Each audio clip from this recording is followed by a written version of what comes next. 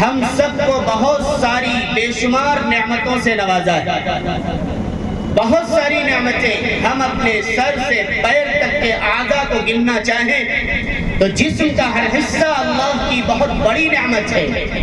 ہاتھ کی نعمت، آنکھ کی نعمت، دماغ کی نعمت، کان کی نعمت، جسم کے ہر حصے کی نعمت اتنی بڑی نعمت ہے کہ اگر اس نعمت کے اندر کوئی خرابی آ جائے اور یہ نعمت ہمارے پاس سے جدا ہو جائے اور چلی جائے تو پھر ہم پوری زندگی کا سرمایہ خرچ کر دیں، وہ نعمت ہمیں میسر نہیں ہو سکتی.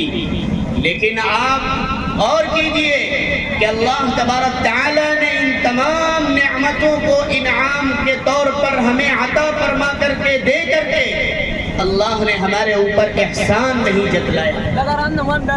لیکن ایک وہ ہستی ہے جس کے صدقے میں یہ کائنات بنی ہے، جس کی سیرت کے نام سے آج کی عظیم الشان محفل سجی ہے، جسے ہم اور آپ جناب محمد رسول اللہ صلی اللہ علیہ وسلم کے نام سے جانتے ہیں، جو ہمارے آخری پیغمبر ہیں، جو ہمارے مقتدی اور رسول ہیں، ہمارے پیشوا اور امام ہیں.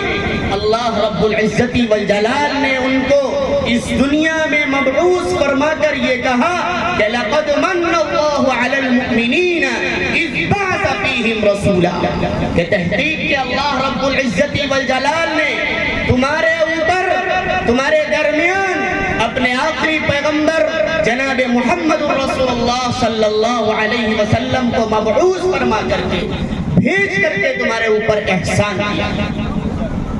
نبی صلی اللہ علیہ وسلم کی ذات گرامی کو ہمیں دے کر کے عطا کر کے ہمارے اوپر احسان کیا گیا. اللہ احسان کہہ رہا ہے. تو ذرا سی سوچنے کی بات ہے کہ نبی کریم صلی اللہ علیہ وسلم کی بعثت پر ہمارے اوپر کیوں احسان جتلایا جا رہا ہے؟ اس لیے کہ اللہ رب العزت والجلال نے آپ کی پوری زندگی کو ہمارے اور آپ کے لیے، رہتی دنیا تک کے انسانوں کے لیے ایک بہترین آئیڈیل اور نمونہ بنایا ہے. قرآن کریم کے اندر ارشاد فرمایا لَقَدْ كَانَ لَكُمْ فِي رَسُولِ اللَّهِ أُسْوَةٌ حَسَنَةٌ، کہ اللہ رب العزت والجلال نے تمہارے نبی کی سیرت کو، ان کے پیغام کو، ان کے کردار کو، ان کی لائی ہوئی شریعت کو، ان کے بتائے ہوئے طریقے اور راستے کو تمہارے لیے بہترین آئیڈیل اور نمونہ بنایا. آج انہی کے واقعات، انہی کے کردار، انہی کے زندگی کے بہت سارے پہلوؤں پر نظر ڈالی جائے گی. آج میں چند باتیں آپ حضرات کے سامنے لے کر آیا ہوں. ایک صحابی حضرت ابو دجانہ رضی اللہ عنہ، جلیل القدر صحابی، وہ جنگ بدر میں بھی شریک ہوئے، جنگ احد میں بھی شریک ہوئے، جنگ خندق میں بھی شریک ہوئے. ایک مرتبہ نبی کریم صلی اللہ علیہ وسلم نے اپنی تلوار یوں اٹھا کر کہا کہ میری اس تلوار کا کون حق ادا کرے گا؟ حضرت ابو دجانہ کھڑے ہوئے، حضرت عمر ابن خطاب رضی اللہ تعالیٰ عنہ کھڑے ہوئے، حضرت زبیر ابن عوام رضی اللہ تعالیٰ عنہ کھڑے ہوئے، اور تینوں نے کہا یا رسول اللہ آپ کی اس تلوار کا حق میں ادا کروں. نبی کریم صلی اللہ علیہ وسلم نے غور و فکر کیا اور حضرت ابو دجانہ کے ہاتھ میں وہ تلوار دی. آپ جنگ میں شریک ہوئے. حضرت زبیر بن عوام رضی اللہ تعالی عنہ بھی بہت جلیل القدر صحابی ہیں، بہت ماہر، بہت بہادر شخص ہیں. وہ کہتے ہیں میرے دل کے اندر تھوڑی سی یہ بات آ گئی کہ اللہ کے رسول صلی اللہ علیہ وسلم نے مجھے چھوڑ کر حضرت ابو دجانہ کو اپنی تلوار دے دی. وہ کہنے لگے کہ میں جنگ میں تاک میں لگا رہا اور میں یہ سوچتا رہا کہ میں دیکھوں گا کہ رسول اللہ نے اپنی تلوار ابو دجانہ کو کیوں دی. حضرت ابو دجانہ میدان میں نکلتے ہیں، 3000 کا قافلہ آتا ہے، آپ اکیلے ہی اس کا مقابلہ کرتے. واپس نکلتے ہیں، جب واپس آتے ہیں تو پھر 3000 کا لشکر آپ کے سامنے آتا ہے، آپ اکیلے ہی ان کا مقابلہ کرتے.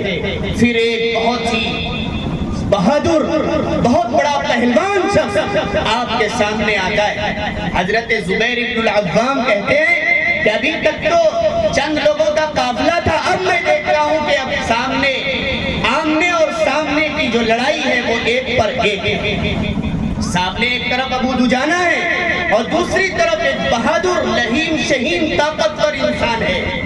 حضرت ابو دجانہ اپنے کارنامے کے ذریعے، اپنی بہادری کے ذریعے اس کا بھی کام تمام کرتے ہیں۔ وہ ابو دجانہ بالکل آخری وقت میں آتے، جب ان کی زندگی کا آخری وقت ہوتا ہے، اور وہ چند صحابہ سے کہتے ہیں کہ میرے پاس ایک ایسی چیز ہے، مجھے امید ہے کہ اللہ رب العزت والجلال میری بخشش کر دے گا۔ لوگوں نے کہا کیا وہ جنگ بدر میں شرکت؟ جنگ بدر کے بارے میں آپ کو معلوم ہوگا کہ جنگ بدر میں جو حضرات شریک ہوئے ہیں، اللہ تبارک تعالیٰ نے فرمایا کہ بدری کی تمام اگلی اور پچھلی غلطیاں سب معاف کر دی گئیں، اب وہ جو چاہے کریں۔ لوگ پوچھتے ہیں کہ آپ کی بدر میں شرکت؟ کہا نہیں۔ آپ کی احد میں شرکت؟ کہا نہیں۔ آپ کی جنگ خندق میں شرکت؟ فرمایا نہیں۔ آپ نے رسول اللہ کی تلوار کا حق ادا کیا ہے، یہ بات؟ کہا نہیں۔ تو کہا کون سی بات ہے؟ ذرا سوچنے کی بات ہے۔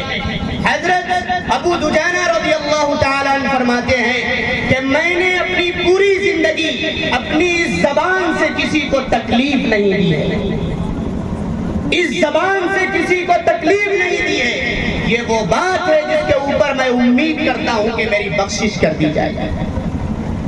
یہ سیرت صحابہ کا جلسہ ہے، یہ نبی کریم صلی اللہ علیہ وسلم کی سیرت کا جلسہ ہے۔ آج ہمیں یہاں سے اٹھنے سے پہلے چند پیغام اپنے کانوں میں گوش گزار کر کے اور اپنے پلو سے باندھ کر یہاں سے جانا ہے کہ یہ سیرت اپنی زندگی میں داخل کرنی ہے۔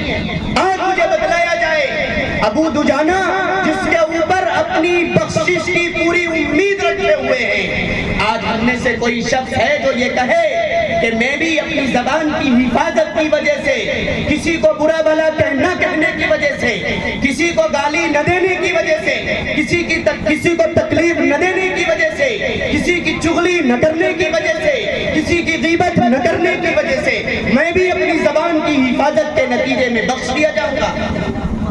سوچنے کی بات ہے۔ آج ہماری زندگی کا کون سا ایسا لمحہ ہے جس میں ہم نکر پر کھڑے ہو کر کسی کو گالیاں نہیں دے رہے ہوتے؟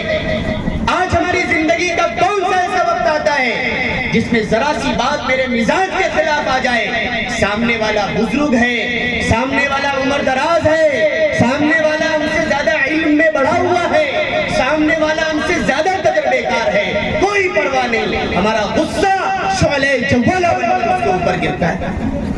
آج ہمیں اس سیرت کو اپنانا پڑے گا۔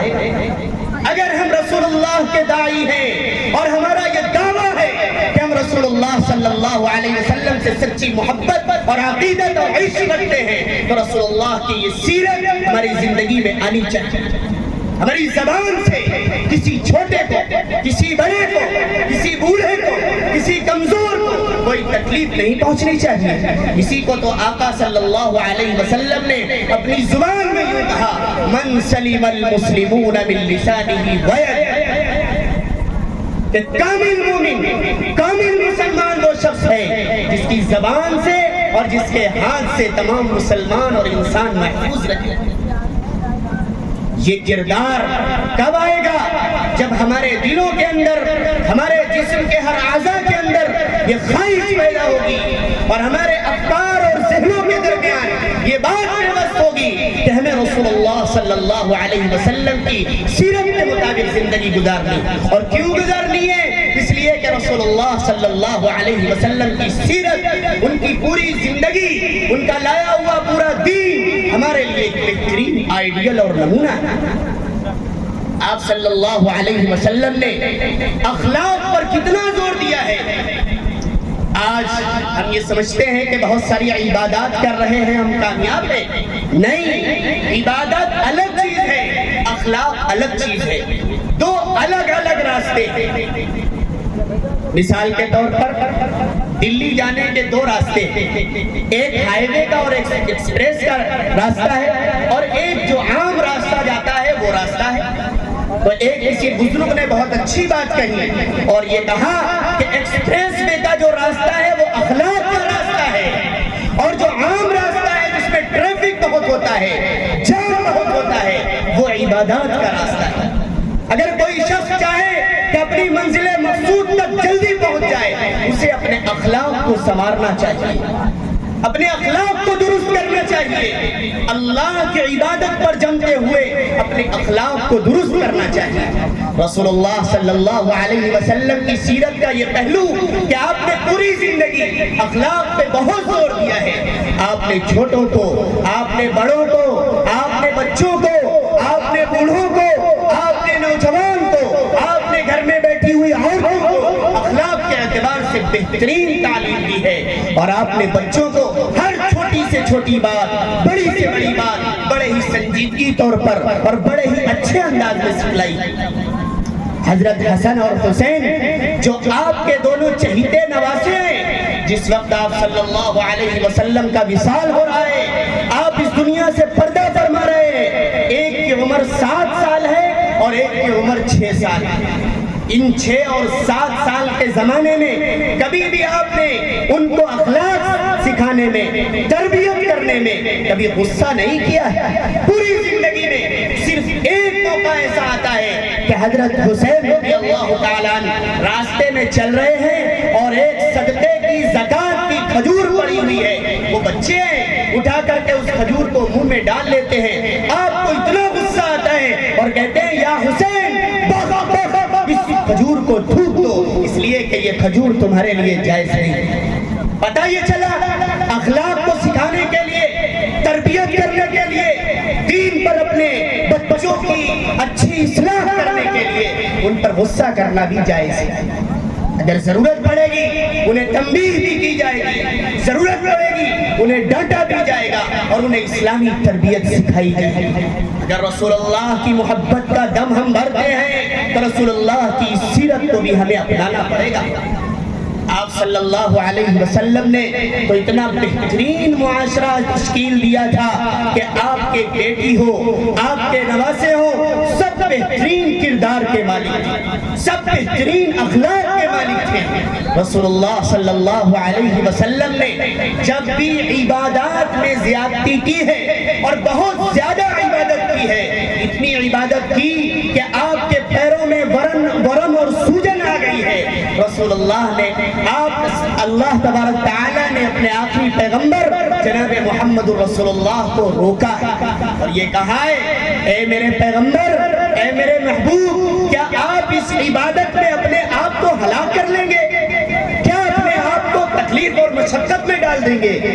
اگر عبادت کے اندر آپ پڑے ہیں تو اللہ نے روکا ہے، اگر آپ نے مال دولت اللہ کے راستے میں خرچ کرنے کی کوشش کی ہے تو اللہ نے منع کیا ہے، نہیں میرے محبوب، پورا مال اللہ کے راستے میں خرچ مت کرو، تھوڑا سا اپنی زندگی کے لیے بھی روک دو۔ پتہ کیا چلا کہ اپنی زندگی کے برابر مال کو روک کر دوسرے کی مدد کرنا بھی رسول اللہ صلی اللہ علیہ وسلم کی سیرت ہے۔ اس کے علاوہ جب آپ نے اخلاق کو سنوارا ہے، اپنے کردار کو سنوارا ہے، اپنی زندگی کے ہر پہلو کو سنوارا ہے تو اللہ نے اس پر آپ کو شاباشی دی اور قرآن میں کہا انک لعلی خلق عظیم، کہ میرے محبوب آپ تو اخلاق کے اعلیٰ مرتبے پر فائز ہیں۔ پتہ کیا چلا کہ رسول اللہ کی سیرت کو، ان کے اخلاق اور کردار کو ہم جتنا اپنائیں گے ہمارے بھی مراتب بڑھتے ہی چلے جائیں گے۔ رسول اللہ صلی اللہ علیہ وسلم نے اتنا بہترین معاشرہ تشکیل دیا تھا کہ ایک مرتبہ آپ کے نواسے حضرت حسن اور حسین کو بخار آ گیا۔ آپ کی چہیتی بیٹی حضرت فاطمہ رضی اللہ عنہا اور آپ کے داماد حضرت علی رضی اللہ تعالیٰ عنہ دونوں نے منت مانی اور یہ کہا کہ اگر میرے دونوں نواسے بخار سے شفا یاب ہو گئے تو ہم 3 دن کا روزہ رکھیں گے، ہم 3 دن کا روزہ رکھیں گے۔ انہوں نے یہ منت مانی اور ماننے کے بعد اللہ کا کرنا ایسا کہ دونوں بیٹوں کو شفا مل گئی۔ صبح کچھ کھانے کو نہیں تھا سحری کے وقت میں، حضرت فاطمہ اور حضرت علی رضی اللہ عنہما دونوں نے بغیر سحری کے روزہ رکھا، صرف پانی پی کر۔ حضرت علی تو رسول اللہ صلی اللہ علیہ وسلم کے پاس چلے گئے، حضرت فاطمہ رضی اللہ عنہا پڑوس میں کسی عورت کے پاس چلی گئی اور ان کے یہاں آٹا پیسنے لگی۔ پورے دن آٹا پیسا، گیہوں کو پیستی رہی، جو کو پیستی رہی، تھوڑا سا آٹا مزدوری کے طور پر ملا، شام کو گھر لے کر آئیں۔ دل میں یہ تمنا تھی کہ اس کی روٹی بنا لیں گے اور شام کو اسی سے ہم اور میرے شوہر حضرت علی دونوں مل کر کے افطار کریں گے۔ آپ گھر آتی ہیں، آپ نے اس آٹے سے روٹی بنائی ہے اور دسترخوان بچھا کر کے اس کو اپنے دسترخوان پر رکھا ہے۔ افطار کا انتظام گویا یہی روٹی ہے۔ جیسے ہی وقت ہونے والا تھا، ایک صاحب آتے ہیں اور کنڈی کھٹکھٹاتے ہیں، اے رسول اللہ کے گھرانے والوں، مجھے بھوک لگی ہے، میں مسکین ہوں، مجھے کچھ کھلاؤ، اللہ تمہیں جنت میں اس کا بدلہ دے گا۔ حضرت علی رضی اللہ تعالیٰ عنہ کی طرف حضرت فاطمہ نے دیکھا اور یہ کہا کہ یہ روٹیاں لے جاؤ اور اس مسکین کو دے دو۔ وہ روٹی لے گئے اور اس مسکین کو دے آئے اور افطار بھی پانی سے کر لیا۔ پورا ایک دن ہو گیا، سحری میں بھی کچھ نہیں کھایا، افطار میں بھی کچھ نہیں کھایا، صرف پانی پیا۔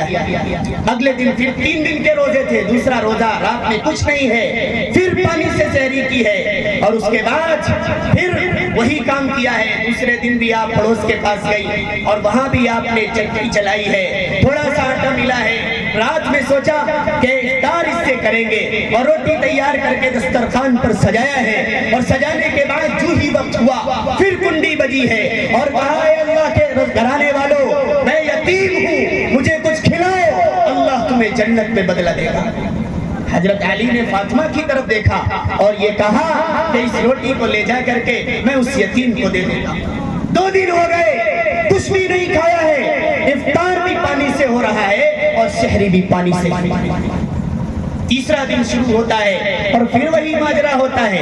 حضرت علی رضی اللہ تعالیٰ عنہ تو نبی کریم صلی اللہ علیہ وسلم کی خدمت میں جاتے ہیں اور آپ اپنے پڑوس میں جاتی ہیں اور وہاں جا کر کے پھر آٹے والا کام کرتی ہیں۔ شام کو تھوڑا سا آٹا ملتا ہے اور وہ لے کر کے آتی ہیں اور آنے کے بعد پھر یہی امید لگائے کہ آج بھی رسول اللہ صلی اللہ علیہ وسلم کے گھرانے والے اس روٹی کے ذریعے سے افطار کر لیں گے۔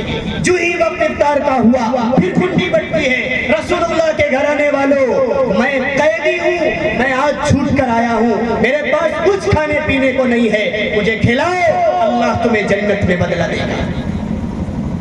حضرت علی فاطمہ کو دیکھتے ہیں، فاطمہ حضرت علی کو دیکھتی ہیں، کہتے کچھ نہیں، آنکھوں میں اشارے ہو جاتے ہیں اور وہ روٹی اٹھائی جاتی ہے اور اس قیدی کو دے دی جاتی ہے۔ 3 دن ہو گئے، کچھ نہ کھایا نہ پیا۔ صبح جب حضرت علی رضی اللہ تعالیٰ عنہ نبی کریم صلی اللہ علیہ وسلم کی مجلس پہ جاتے ہیں، اللہ کے رسول بڑے خوش ہوتے ہیں اور کہتے ہیں اے علی، تمہارا اور فاطمہ کا جو کردار ہوا ہے وہ اللہ کو بہت پسند آیا ہے۔ حضرت علی چونکے اور کہنے لگے اللہ کے رسول، یہ تو میرا اور میری بیوی کے بیچ کی بات تھی، آپ کو کہاں خبر پہنچ گئی؟ اللہ کے رسول صلی اللہ علیہ وسلم نے فرمایا مجھے صرف خبر ہی نہیں پہنچی بلکہ قیامت تک رہنے والی محفوظ کتاب کے اندر اللہ نے تمہارے کردار کو، تمہارے اخلاق کو اس کے اندر لکھوا دیا ہے۔ وَيُطْعِمُونَ الطَّعَامَ عَلَى حُبِّهِ مِسْكِينًا وَيَتِيمًا وَأَسِيرًا، کہ وہ لوگ اللہ کے رسول کے گھرانے والے اللہ کی محبت پر مسکین کو کھلاتے ہیں، یتیم کو کھلاتے ہیں، قیدی کو کھلاتے ہیں۔ اگر رسول اللہ سے محبت کا دعویٰ ہے تو ہمیں دوسروں کو کھلانا پڑے گا، اپنے کھانے کے مقابلے میں دوسرے کو ترجیح دینی پڑے گی۔ اور پھر مجھے کہنے دیجئے کہ رسول اللہ کی سیرت کے مطابق، رسول اللہ کے کردار اور اخلاق کے مطابق ہمیں یہ سبق ملتا ہے کہ ہم کھانے نہیں آئے، پہلے کھلانے آئے۔ یہ کردار ہمیں ملا ہے، رسول اللہ کی اسی کردار اور اخلاق کی بنیاد پر، اسی سیرت کی بنیاد پر ہمیں یہ پیغام ملا ہے کہ ہم صرف پینے نہیں آئے، دوسروں کو پلانے آئے۔ واقعہ کیا ہے؟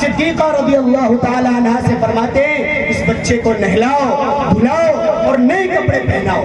حضرت عائشہ رضی اللہ تعالیٰ عنہ فرماتی ہیں کہ میرے گھر میں کوئی بچہ ہی نہیں تھا تو چھوٹے کپڑے کیسے ہوں گے؟ آپ نے فرمایا کہ جاؤ فاطمہ کے پاس دیکھو اور حسن اور حسین کے کوئی کپڑے ہو تو اسے لا کر کے پہنا دو۔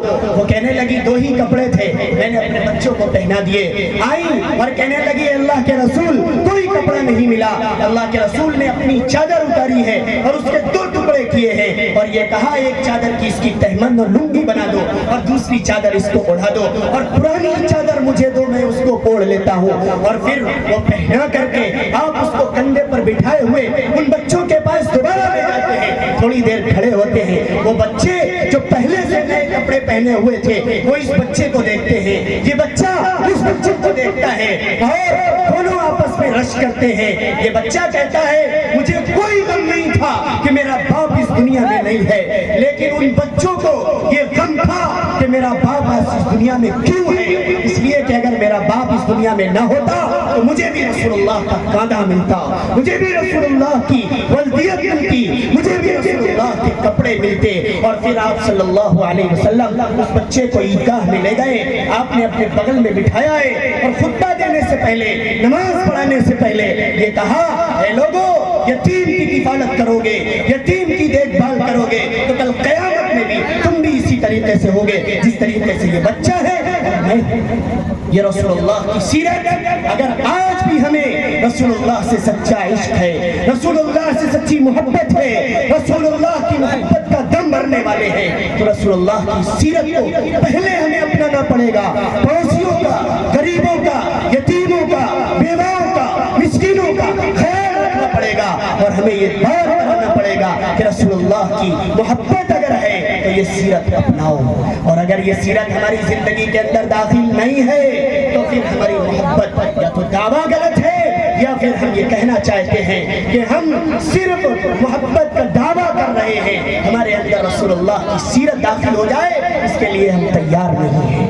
آج کا یہ اجلاس، آج کا یہ جلسہ، آج کا یہ آپ کا آنا یہی سبق دیتا ہے کہ جتنی باتیں رسول اللہ صلی اللہ علیہ وسلم کے تعلق سے ہمیں معلوم ہیں ان کو ہمیں اپنی زندگی میں داخل کرنا ہے، اور جو باتیں معلوم نہیں ہے زندگی کا خواہ کوئی بھی موقع آئے، خوشی کا موقع آئے، غمی کا موقع آئے یا کوئی اور موقع آئے، ہمیں رسول اللہ کے کردار کو، آپ کے طریقے کو، آپ کی سیرت کو، آپ کی زندگی کے الگ الگ مختلف پہلوؤں کو جان کر پہچان کر اپنی زندگی میں داخل کرنا ہے، قرآن پڑھنا ہے۔ اس لیے کہ ایک صحابی نے حضرت عائشہ صدیقہ رضی اللہ تعالی عنہ سے پوچھا ہے کہ اللہ کے رسول صلی اللہ علیہ وسلم کے اخلاق کیا تھے؟ حضرت عائشہ نے فرمایا خلوقہ القرآن، کہ اللہ کے نبی صلی اللہ علیہ وسلم کے تمام اخلاق وہ تو پورا قرآن ہے، کیا تم نے قرآن نہیں پڑھا؟